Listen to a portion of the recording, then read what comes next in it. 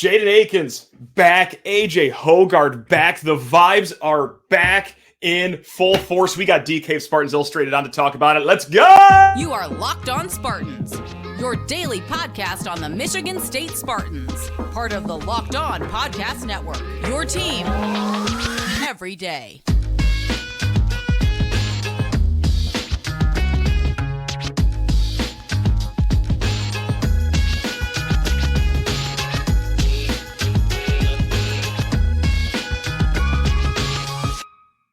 Spartan friends, Spartan family, Locked On Spartans listeners, what a blessed day wherever we are in this beautiful world of ours. Before we go any further, this episode is brought to you by FanDuel Sportsbook, official sportsbook of Locked On. Make every moment more. Visit FanDuel.com/LockedOn today to get started.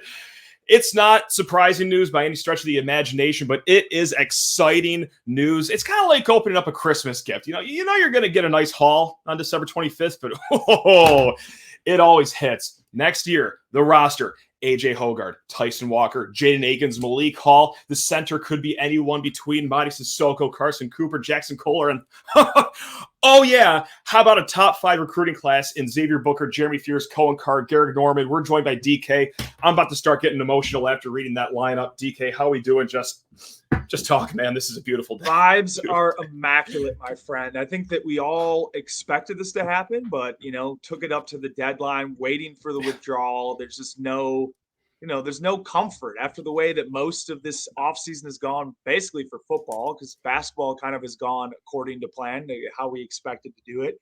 We just needed some good news. We're just looking for a crowd. I think it's like that meme from I can't remember what Disney movie where the fox is just shaking the crumb.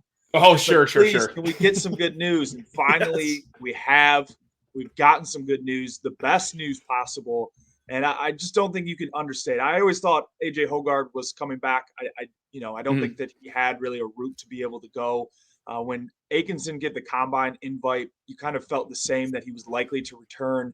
That transfer portal window closes. I think that was probably the biggest threat to Michigan State. Is he going to maybe seek for a larger role, particularly on the ball elsewhere? We kind of escaped that. So that was the first step. And now we're just waiting for the news. And what else can you say? But this is a top 5 team heading into preseason next year. There's no doubt about that. We've had top 5 teams that have flamed out, and we've had, underrated teams have been really good. But I think when you're looking at just the base foundation of what this team is, heavy guard play and all really good. Both all 5 guys are playing 2 ways. Jeremy Fears Jr. is a 2-way guy. Holloman needs to work a little bit on his offensive side, but he brings the defense. Walker, Hoggard, and Akins all bring that loaded group there. They're veteran laden. You got Hall back for a 5th year. You got Tyson Walker back for a 5th year. So there's a lot of continuity. It's really basically best case scenario for the Spartans this offseason.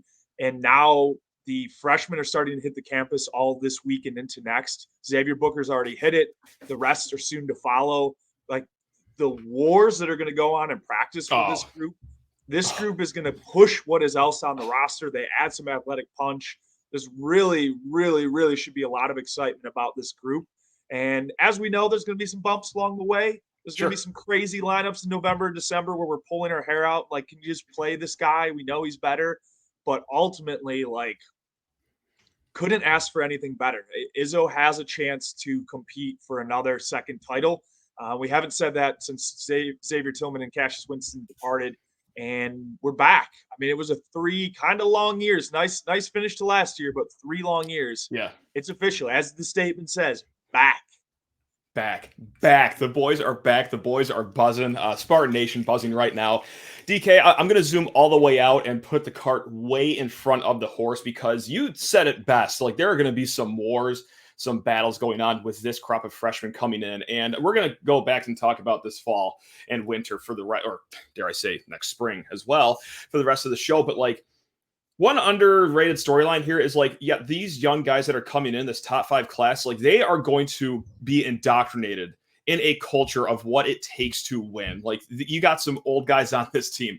I mean, compared to us, they're very young. They are spry chickens. But in the college basketball game, look, Malik Hall, AJ Hoggard, Tyson Walker are all going to be over 23 years old next season.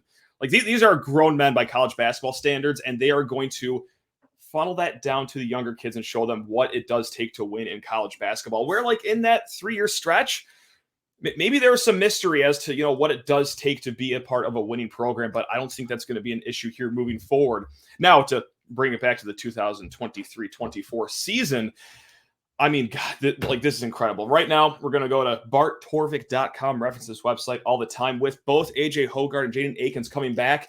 MSU 6th in the country. That is weighed on the average of offensive efficiency and defensive efficiency. DK, right now, with the boys back on the roster, MSU 3rd in the country in offensive efficiency going into next season. 18 of the last 21 national champions had top 10 offensive efficiency. Also, on defense, they will be 26th overall, but does that sound about right? 3rd best in the nation. I mean, this is going to be a nice offensive team next year, needless to say. Yeah, I think so. I think the one thing that you were maybe kind of circling as a question mark with Hauser's departure is there another guy that can step up and be a bit more of a volume shooter? I think we see more in a role from Akins, where he's going to get a lot of those shots. I think Hauser took around 10 or 11 last year. I really think Akins is probably going to get 4 or 5 of those. I'd like to see him, again, a little bit more involved on the ball and just seeing a little bit more with that, and I think we do.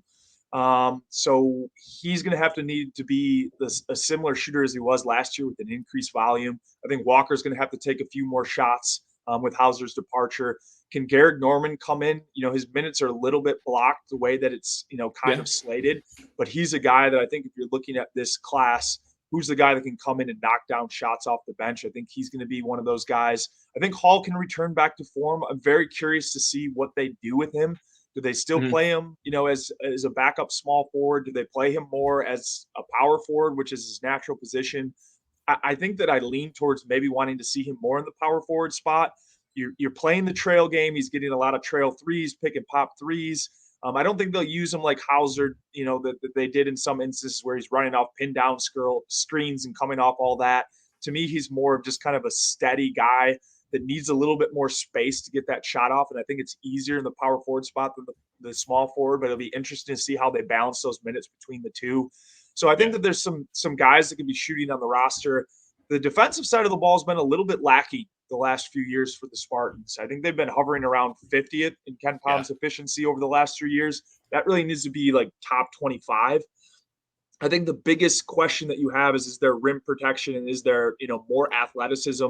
And Cohen Carr is the guy that I'm circling for that, where you're looking who can come in, help protect the rim, be switchable defensively, and just give you some athletic pop that really hasn't been on the roster since 2017-18 when it was Bridges and Jackson and that whole group. So I'm circling Cohen Carr to maybe kind of give some of that boost. I'm very curious, again, to see what they do with him. Is he playing some backup small forward minutes? Is he playing mostly at the power forward? They have some balancing to do with the rotational minutes. There's no doubt about that.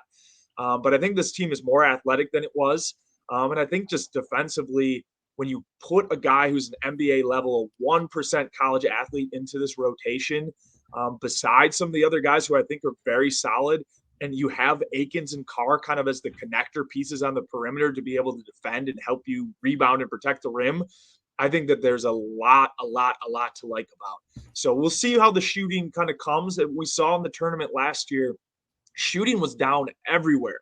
Shooting isn't what won teams' games. So it's an important part of it. You got to be able to hit some. But that Marquette game, Michigan State made like 2 threes and they still found a way to win. So I think it more comes to the defensive side. They need to be able to put way more pressure on the rim this year. They haven't had a center to be able to do it. But I think with some of the guys that they're bringing in, Xavier Booker's in that mix. Jeremy Fears is going to be a guy that's getting paint touches. I think with the guard play, they can put enough pressure on the rim to spread it and spray it. And I really like the roster construction because there's just so much talent. They're too deep at basically every position. And even if the unthinkable happens and a guy goes down with an injury, there's another guy on the roster to take his place, and that was not the case last year, as we saw. Yeah. No kidding. Like, it is going to be a fascinating start to the season. Of course, you got the great games, the Champions Classic, the Arizona game, going out in Palm Desert. But, it's just going to be fascinating to see how Izzo is going to juggle this roster. Complete 180 for the issues that he had last year with the lack of depth. And you're seeing Jason White is getting 20 minutes in the PK 85.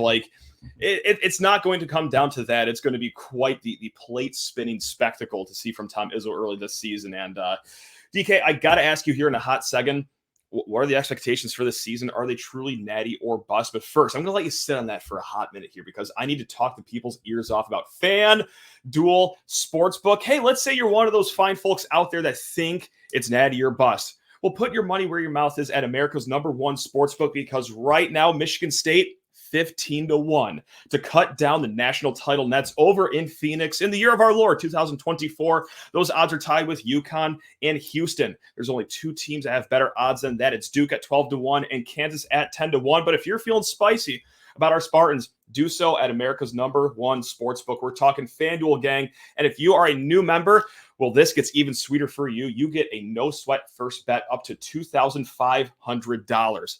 I will say that again. That's $2,500 back in bonus bets if your first bet doesn't win. There is no better place to get in on all the action for all the college football futures or, hey, NHL playoffs, NBA playoffs. Just go visit FanDuel.com/lockedon and get in on that no-sweat first bet up to $2,500. Again, that's FanDuel.com/lockedon. It's FanDuel, official sports betting partner of the NBA. And let's drag DK of Spartans Illustrated back on the show here. Oh, my God, he's still here. He did not leave. Amazing. How can I leave on a day like this? You know I wouldn't leave you. You know what? We've dragged out for some tough shows driving before. Over your house and just cracking a couple new beers here. Let's go. Get on over here. Yeah, it's a cool 86 degrees in the house. We told ourselves no AC until June 1st. But you know what? Like, how's that like this? Out? It's not good, DK. That's why I'm wearing a jersey right now. It's balmy in here, but you know what?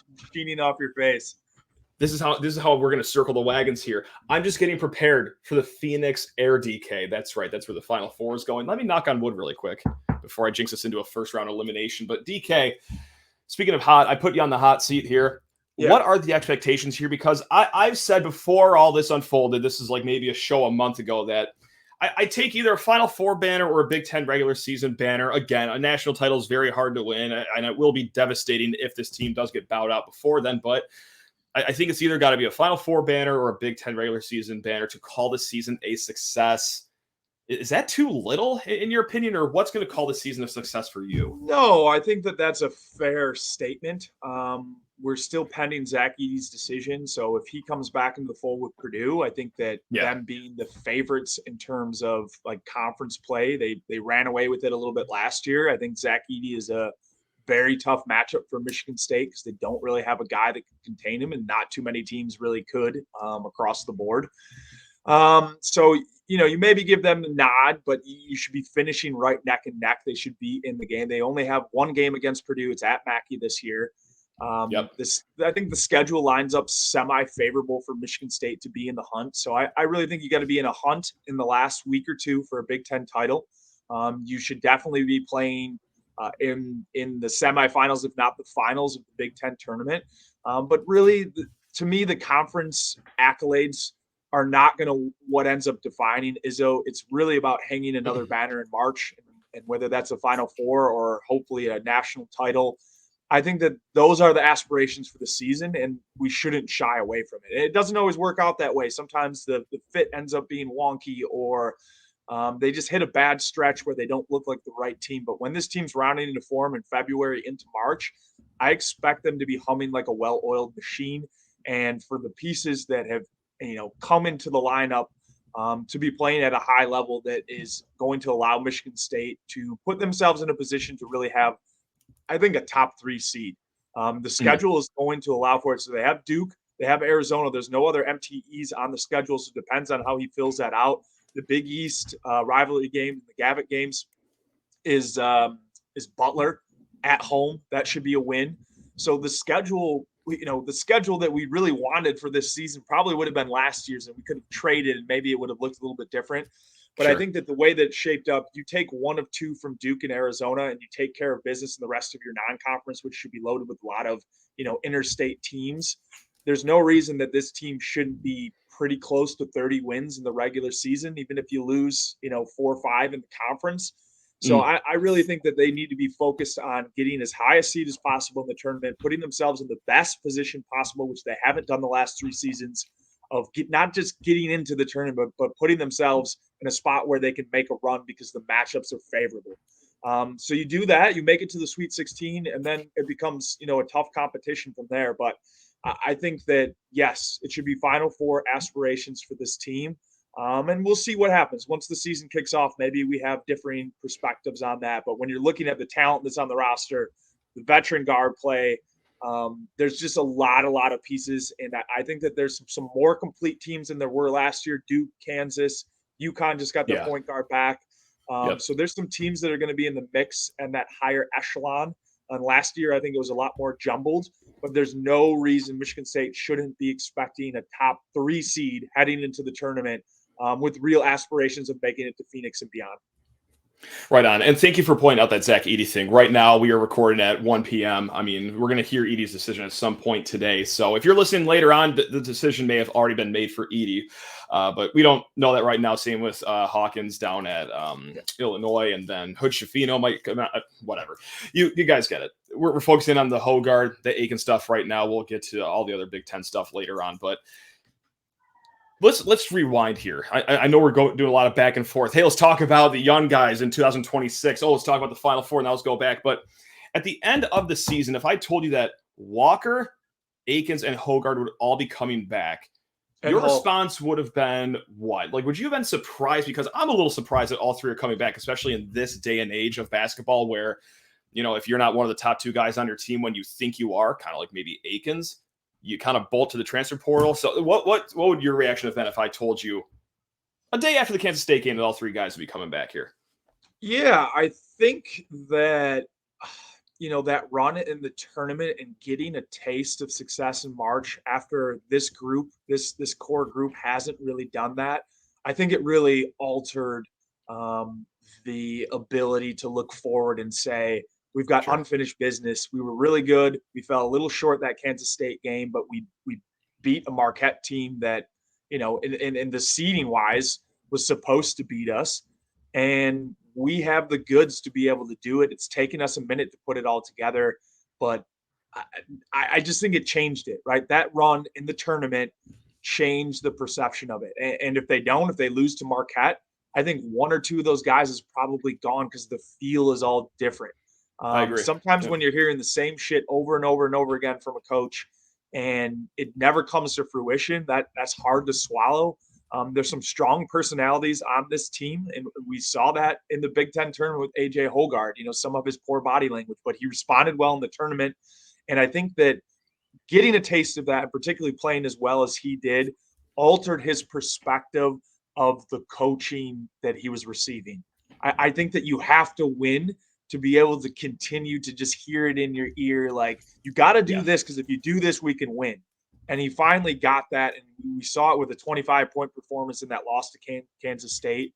Like, the high gear for AJ Hoggard is so high. And I think just generally, when you look at the way that the season ended, it altered Michigan State's trajectory and really the trajectory of the players' belief that they can get it done collectively together. So I 100% agree with that. I think, I remember, I forgot if it was you or maybe it was Carter Elliott, but we were talking before the tournament, this could be an important first weekend, not just because, you break the Sweet 16 slump, but this could galvanize a lot going into the offseason, especially with how horrible of a loss that Ohio State game was in the Big Ten tournament. Just getting absolutely popped by a true freshman point guard. But look, at the end of the season, Jaden Akins, 6 of his last 7 games, double-digit scoring. I mean, yes, he shot 50% from 3 as well, but he was also taking double-digit shot attempts as well. So that was almost like a late 2-3 week push to him to show that, hey, yes, you might be quote unquote the 3rd guy here, but it can still work. You're still going to get the volume of a number 2 on any other team. And this can still be a marriage around the perimeter between you, Walker, and Hoggard. That can work. And also too, I mean, of course we saw that at the end of the season too with Hoggard. I mean, that was never really in doubt, but still his last 8 games, all in double-digit scoring. He had the season high 25 points against K-State. For the last 8 games, 6+ assists. I mean, it's just, he played grown man basketball, last year, and it's going to be more of the same, hopefully. But yeah, it's just exciting, man. It's thrilling. I do want to get off the Akins and Hoggard talk just for a hot second here, because you not too long ago, very recently, you have some nice things to say about one of the centers on this team here, some Carson Cooper banter. Because, hey, you know what? The perimeter looking really solid. That's going to be the strength of this team. But from what I read on twitter.com under your handle, center position might not be in bad shape either here. Yeah. So I really have dove back into just generally the tournament games. Am I frozen here? Can you hear me? I can hear you crystal clear. Yeah, okay. Just a little frozen. But That's okay. Frozen in the face. The face is frozen. That's okay. At least one of us is frozen here, this conversation. That's good. Here we go. So I've gone back and I've watched 2 of the 3 games. I haven't got around to the Kansas State. I did watch that earlier this summer for the second time through, and I just haven't gone back to actually watch from a film perspective. But when I went back and watched the pick and roll defense by Carson Cooper in the games against USC and Marquette, I was a little bit blown away about how good he was down the stretch run for Michigan State. He averaged 6 minutes per game in the regular season, the Big Ten tournament. Had a stretch where he played a couple double-digit games, 3 in a row, and then he got himself into a position where he kind of his minutes lagged again. In the tournament, he averaged, I think, 13.3 minutes per game, so almost over double what he was playing. And a large part of that was how good he was in the pick and roll defense. So I put out that film. I've been writing, a bit of an article, just looking at some of the strengths and weaknesses for the roster with Akins and Hoggard's return. I started that prematurely. Thank God I don't have to burn that article. I would never look at it again. But it's a situation where the one concern you have is kind of that front court defense and not allowing opposing teams to take advantage of that 1-5 pick and roll, which I think in the Kansas State game especially, we really got bludgeoned in that. There's just so much cutting and backdoor actions and pressure on the rim, and Michigan State didn't do well. So I think with the combination, again, of guys like Cohen Carr and Xavier Booker with some length and athleticism coming in to play that power forward spot, and with the potential development of Carson Cooper, that the front court defense can look a lot better, and I expect it to. This can be a top 25 defense if that part of the rotation gets figured out, and I really have high expectations that Carson Cooper is capable of providing that. And maybe it's not 20 minutes per game, but 14, 15. If you could play 14 or 15 minutes a game where you know that you're getting really, really good pick and roll defense, you're not getting exposed in that, I think that really changes the outlook for the defense as a whole. And then again, you combine that with some of the athleticism that you have, maybe some of the side rim protection that you can get from Booker and Carr. And I think that it looks a lot healthier on paper than it did last year. Speaking of healthy on paper, just to bring the episode full circle, Hoggard, Tyson Walker, Jaden Akins, Malik Hall, and then any of those centers. Again, it's going to be a platoon at the center position. That's not going to surprise anyone. All 3 of those guys offer something different depending on the matchups. You know the drill by now with the centers, guys, but man.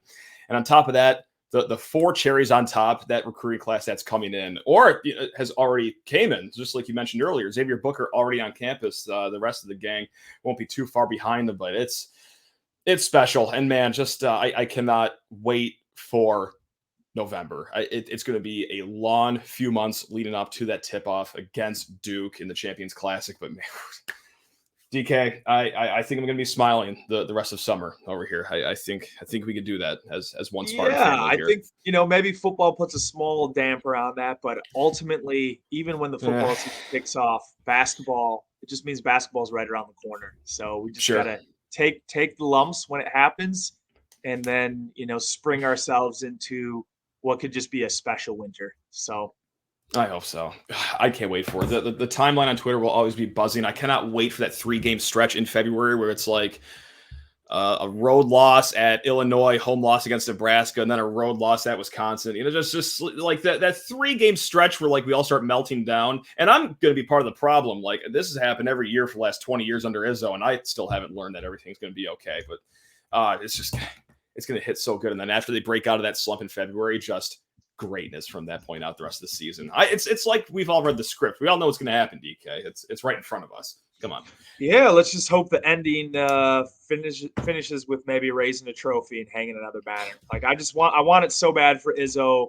Yes. I think that there's going to be quite a bit of attrition heading into the next year, and it's going to be a bit of a gap as they kind of build back up, and you see Jeremy Fears Jr. take the reins. But this has the potential of being just a really, really loaded, talented team. And you just have to hope that all summer everyone's pushing and we end up seeing the fruits of all the hard labor this summer, because it could be a really, really good season to be a Spartan. And that's what we're hoping for, obviously. Let's see how much these boys sharpen themselves over some sweet Moneyball pro-am gym sessions. That's where we're going to really, really forge ourselves here for the trip to Phoenix here, man. So, no, DK, special episode. And, of course, had to have you on. Thank you so much for joining on such late notice, offering all your insight, as always. I mean, DK, obviously, a fan favorite amongst Locked On Spartans listeners. So, cannot thank you enough, my man. Really do appreciate you. Appreciate it, Sheehan. Go green, baby. Go White, and everyone else, go enjoy the rest of your week. We will be back tomorrow with, that's right, a recruiting breakdown from Ryan O'Blennis of Spartans Illustrated. A lot of Spartans Illustrated coming at you this week. So, yeah, we're going to get you all prepped for the first weekend of June, official visits for the football team. But until then, let's go celebrate, gang. Come on, let's go. Love you all. Go green.